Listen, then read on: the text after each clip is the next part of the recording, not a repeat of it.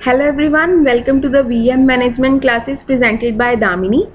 जैसा कि आप सब जानते हैं कि हमने यहाँ पे स्ट्रैटेजिक मैनेजमेंट के सब्जेक्ट को शुरू किया हुआ है।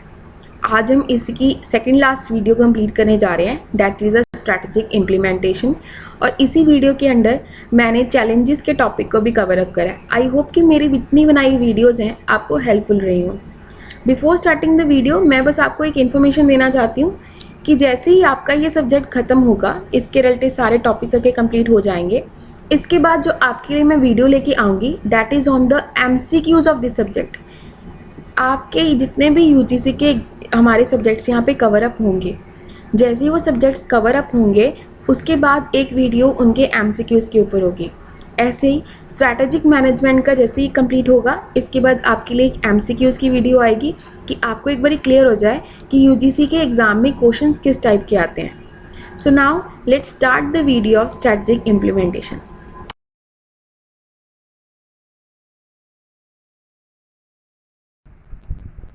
Strategic implementation is a last step in a strategic management.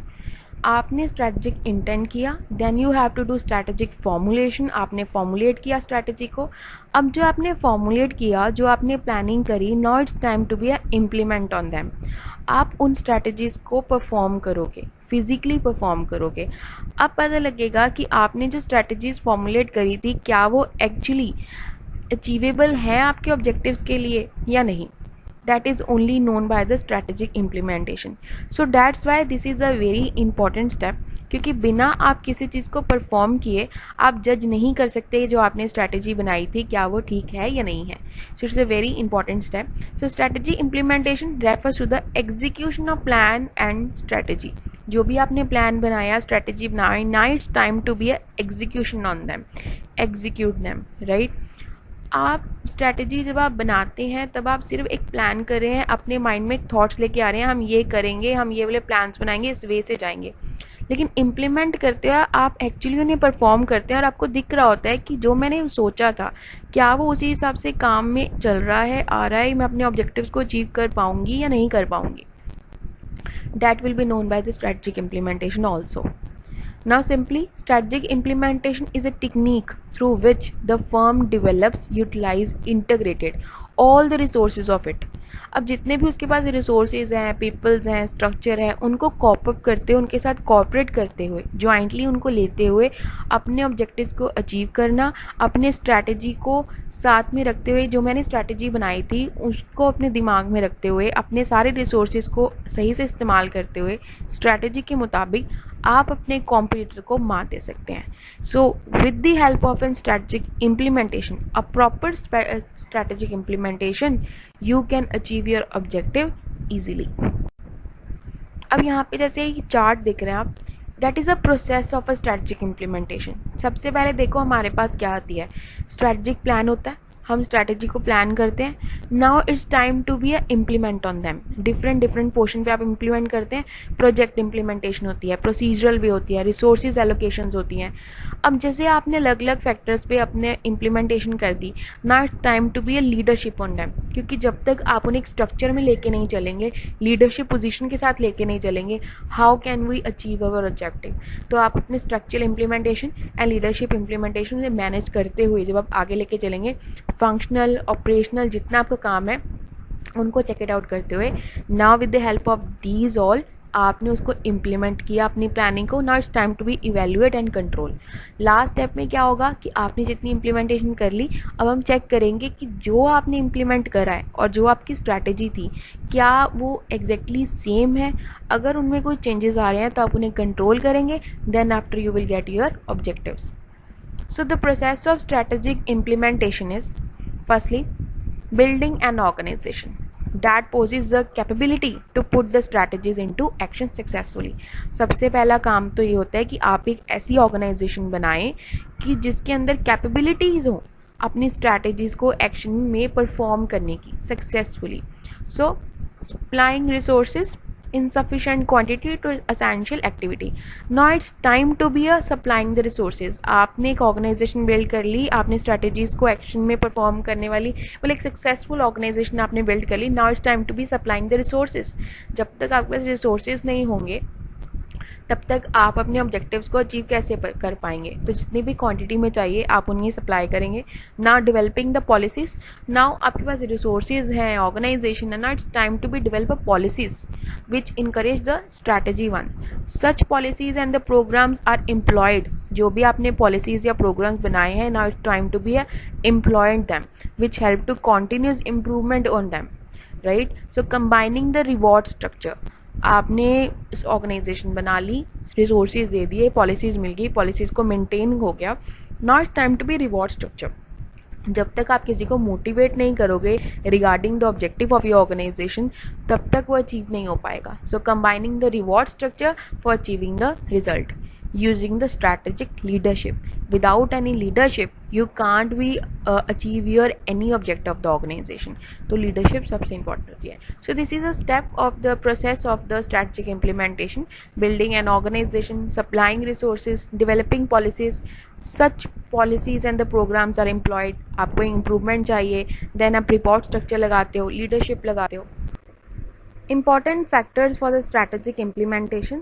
Now here are some important factors while the management doing any implementation on any strategy. तो इन सबको दिमाग में रखना बहुत ज़रूरी है इन फैक्टर्स को, क्योंकि इनकी हेल्प से ऑर्गेनाइजेशन अपने ऑब्जेक्टिव्स को ईजिली अचीव कर पाता है। Very first one is institutionalisation of strategy, जिसका मतलब है कि एक पर्सन या एक मैनेजमेंट जो भी स्ट्रैटेजी फॉर्मुलेट कर रहा है, now it's a duty to him कि वो अपनी स्ट्रैटेजी को अपने मेंबर्स या अपने एम्प्लॉयज़ को प्रॉपरली डिफाइंड करे या उन्हें वो प्रॉपरली उस स्ट्रैटेजी के अंदर इन्वॉल्व करे।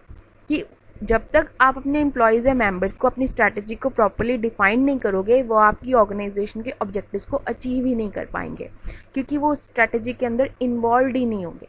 Firstly you have to involve them. Now second one, developing proper organisation climate. अब आप ऑर्गेनाइजेशन का ऐसा इंफ्रास्ट्रक्चर या क्लाइमेट उनको प्रोवाइड करवाओगे कि वो फ्रेंडली बिहेवियर से आपकी ऑर्गेनाइजेशन के ऑब्जेक्टिव्स को अचीव कर पाएँ। So cooperate with them. Third one, formulation of operating plans. आपने जो प्लान्स बनाए थे, now it's time to be take action on them और टू परफॉर्म दैम। जब आप उन्हें परफॉर्म कर रहे हो तब आप उन्हें एक फ्रेम में लेके चलोगे। जो भी आपकी स्ट्रैटेजी है, आप उस सोच को दिमाग में रखते हुए उनके ऊपर परफॉर्म करोगे, और जब आप उन्हें परफॉर्म उस हिसाब से करोगे जिस हिसाब से आपने स्ट्रैटेजी बनाई थी, तो आप अपने ऑब्जेक्टिव्स को ईजिली अचीव कर पाओगे। Developing proper organisation structure.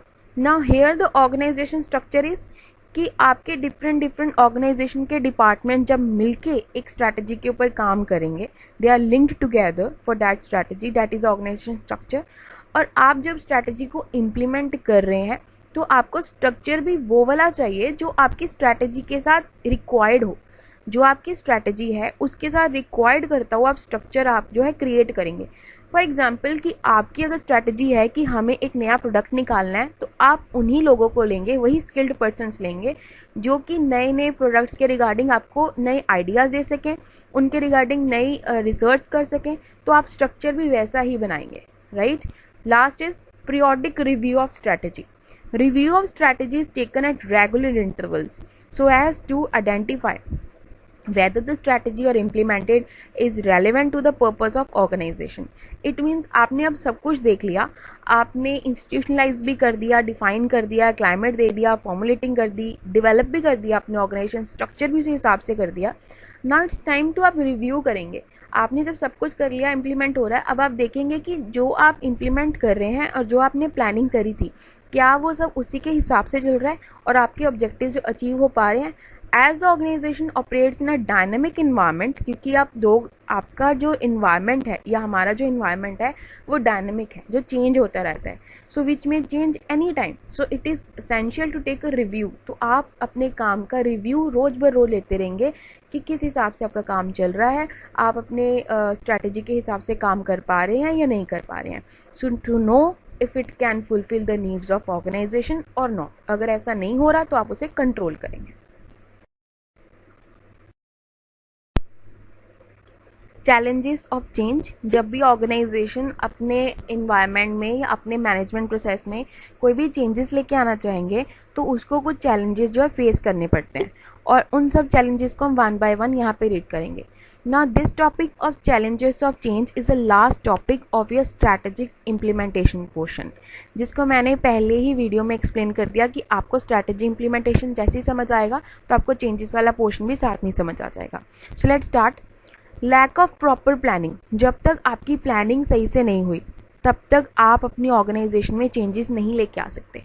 आपको पहले क्लियर होना चाहिए कि आपको एग्जैक्टली कौन से चेंजेस लेके आने हैं और कैसे लेके आने हैं. उसके रिगार्डिंग आप बाय स्टेप आप अपनी प्लानिंग करेंगे. अगर आपकी प्लानिंग सही से होगी तो उस पर इम्प्लीमेंट सही होगा और तभी आप अपने ऑब्जेक्टिव्स को या अपनी ऑर्गेनाइजेशन में जो चेंजेस लेके आने हैं चेंज लेके आ पाएंगे. लेकिन अगर आपके स्टेप्स क्लियर नहीं है, आपकी प्लानिंग क्लियर नहीं है, तो आप उन चेंजेस भी नहीं लेके आ सकते. सेकेंड वन, लो एम्प्लॉय मोरल. जब आप कुछ चेंज लेके आना चाहते हैं तो आपको सबको अपने साथ रखना पड़ता है, सबको अपने कॉप अप वे में रखना पड़ता है. लाइक कि आप जब अपनी ऑर्गेनाइजेशन में चेंज आते हैं लेकिन आपके एम्प्लॉयज़ नहीं चाहते, वो जैसा काम करना चाहते हैं वो उसी में कंफर्टेबल है, वो चाहते हैं वो कुछ नया सीखें, तो आपको अब उनके साथ मिलके उनके माइंड को डाइवर्ट करना है, उनको मोटिवेट करना है. So when your employee are unhappy with your decision, they are far less likely to implement those decisions in manner that help your company achieve success. It means कि ये एक barrier होता है ना कि आप जब चेंजेस चाहते हैं, आप चाहते हैं कोई चेंजेस आए, आपने डिसीजंस लिए लेकिन आपके एम्प्लॉयज़ उसके रिगार्डिंग खड़े ही नहीं हो रहे. वो चाहते हैं कि कोई चेंजेस ना आए, हम जैसे काम करें वैसे ही काम करते हैं, लेकिन you have to be a change their way by your motivation portion. So this is also barriers comes under the portion of change. Lack of consciousness. Lack of consciousness का मतलब क्या है कि जब तक आपकी ऑर्गेनाइजेशन सारे के सारे मेंबर्स को एक साथ लेके नहीं चलती तब तक वो अपने चेंजेस नहीं लेके आ सकती. ना अडॉप्टिंग न्यू टेक्नोलॉजी. जब कोई ऑर्गेनाइजेशन टेक्नोलॉजी के रिगार्डिंग कोई चेंजेस लेके आना चाहती है तब उसके एम्प्लॉयज़ उसे नहीं मान रहे, वो अपने एग्जिस्टिंग टेक्नोलॉजी के साथ ही कंफर्टेबल हैं, then it's time for the organisation to build up. उन्हें मोटिवेट करो, उन्हें ट्रेनिंग दो, उन्हें उसके साथ फैमिलियर करो कि आप अपने इन्वायरमेंट में चेंजेस लेके आ सको. Failing to communicate. Now here employ want to know what going on, whether it is positive और नेगेटिव. तो एम्प्लॉयज़ अपनी ऑर्गेनाइजेशन के साथ चलना चाहते हैं. They feeling uncertain when management does not communicate, disrupts work and makes employee feel as if they are not a part of decision. It means कि organization को अपने हर employee के साथ एक कॉपअप, एक कनेक्शन रख के चलना पड़ता है. They have to be communicate with them, whether it is a negative portion or a positive portion. जब तक आप उन्हें ये फील नहीं करवाते कि they are also a part of their organization, तब तक आप ऑर्गेनाइजेशन में ना तो कोई चेंजेस लेके आ पाएंगे क्योंकि वो उन्हें एक्सेप्ट नहीं करेंगे और ना ही वो आपके ऑर्गेनाइजेशन के ऑब्जेक्टिव्स को अचीव कर पाएंगे.